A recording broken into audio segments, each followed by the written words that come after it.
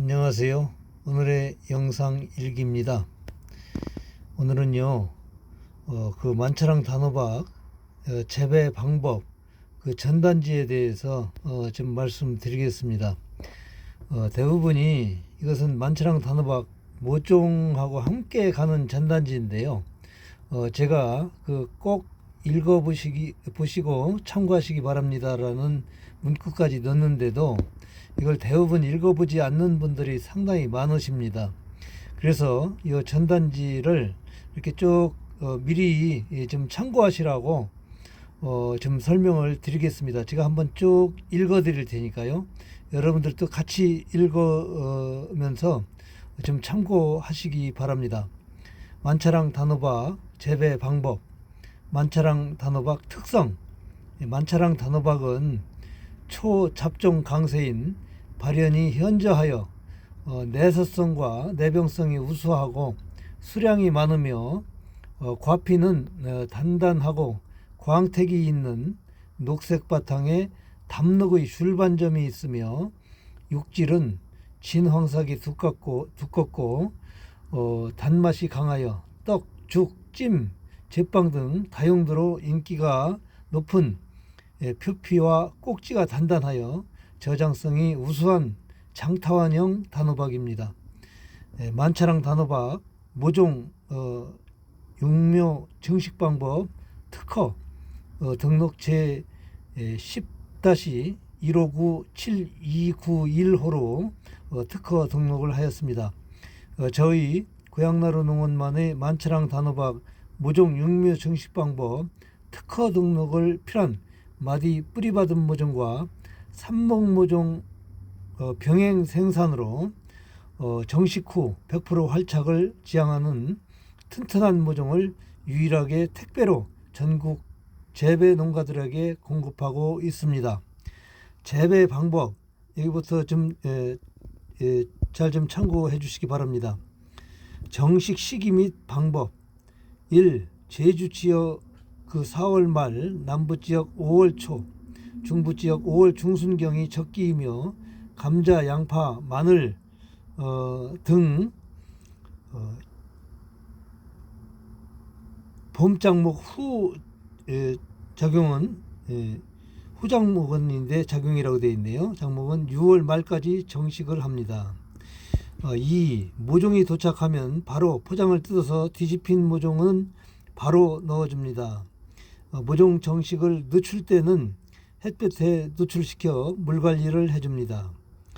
정식할 때 물을 충분히 주고 물이 가라앉으면 겉흙으로 덮어 수분 증발을 막아줍니다. 5번째, 반드시 비료는 최소한 일주일 전까지 시비하여 뿌리 활착에 문제가 없도록 합니다. 다음은 제식 거리 및 소요량입니다. 주간 거리는 수분수 포함 5m 곱하기 5m 또는 6m 곱하기 6m로 토양 상태에 따라 조정하여 정식을 합니다. 그러니까 대부분 6m가 10평인데 거기에 이렇게 수분수까지 있으니까 5m 개념으로 심을 수도 있고 또한 이렇게 거른 땅에서는 6m 형태로 그대로 심어도 된다는 얘기입니다. 10아르당 300평당 만차랑 30주가 필요하고요. 그러니까 10평에 한 주가 들어가는 겁니다. 수분수 이 5주에서 6주를 심 때 수분수는 가장자리 쪽에 심어서 만차랑에 묻히지 않도록 관리해 줍니다. 그러니까 수분수가 한 2m 정도 이렇게 넝쿨이 뻗을 때까지 만차랑이 뒤덮지 않도록 이렇게 젖혀주고 해서 관리해 주면은 그 뒤로는 수분수도 지가 알아서 뻗어 나갑니다. 그리고 세 번째로는 일반 호박은 저온성 호박으로 수분수로 사용하면 수량이 떨어질 수 있습니다.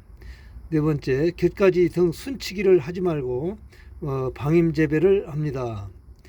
12방법은 10아르당 완숙 대비 2000에서 3000kg, 고토석회 80에서 100kg, 원예용 복비 40에서 50kg, 칼슘 요항 비료 60에서 80kg를 전 포장에 고루 뿌리고 노타리 치며 추비는 잎이 연녹색으로 변하면 NK비료를 시바르당 8에서 10kg 정도 비가 오기 전에 뿌려줍니다.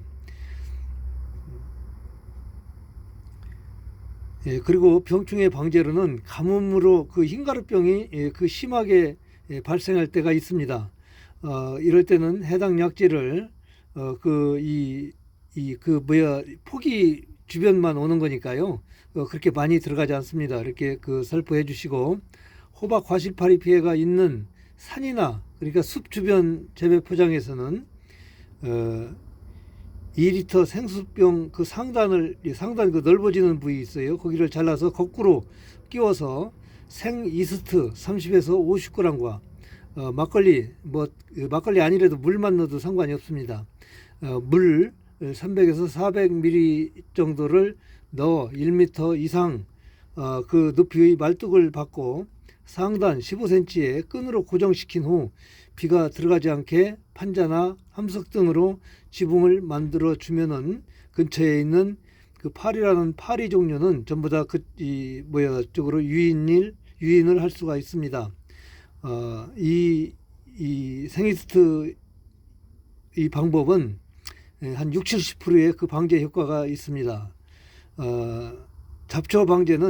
잡초 방제를 원만하게 하기 위해 심는 고랑을 비닐 멀칭을 하는 것이 유리하며, 잡초 2-3엽기에 3-4m 호박 그 줄기를 비닐 위에 일자로 올려놓고 공간을 노타리 작업 또는 제초제로 죽이면 되는데, 절대로 잡초가 싹 트지 않게 하는 제초제를 뿌리면 호박 농사를 망치게 되니 주의하고, 발행이 피 등 화분과 잡초가 많을 때는 뉴 원사이드 제초제를 뿌려주면 호박잎에 닿아도 문제가 없으니 참고하시기 바랍니다.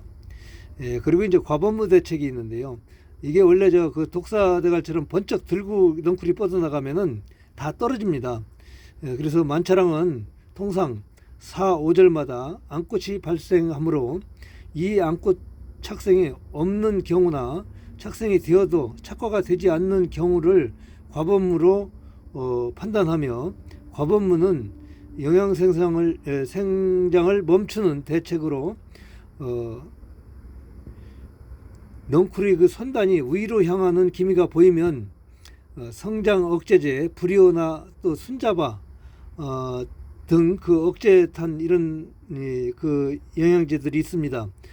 뿌려주는 것도 하나의 방법입니다. 첫째로 질소질 많은 비료 또는 돈분, 개분태비를 쓰지 않는 것이 좋습니다. 또한 이제 후기 관리로는 만차랑 단호박은 서리가 내릴 때까지 삼복더위에도 지속적으로 착과를 하기 때문에 9월 중순 이후 착과되는 것은 덜 익은 과들이기 때문에 애호박 용도로 이용하는 것이 좋습니다.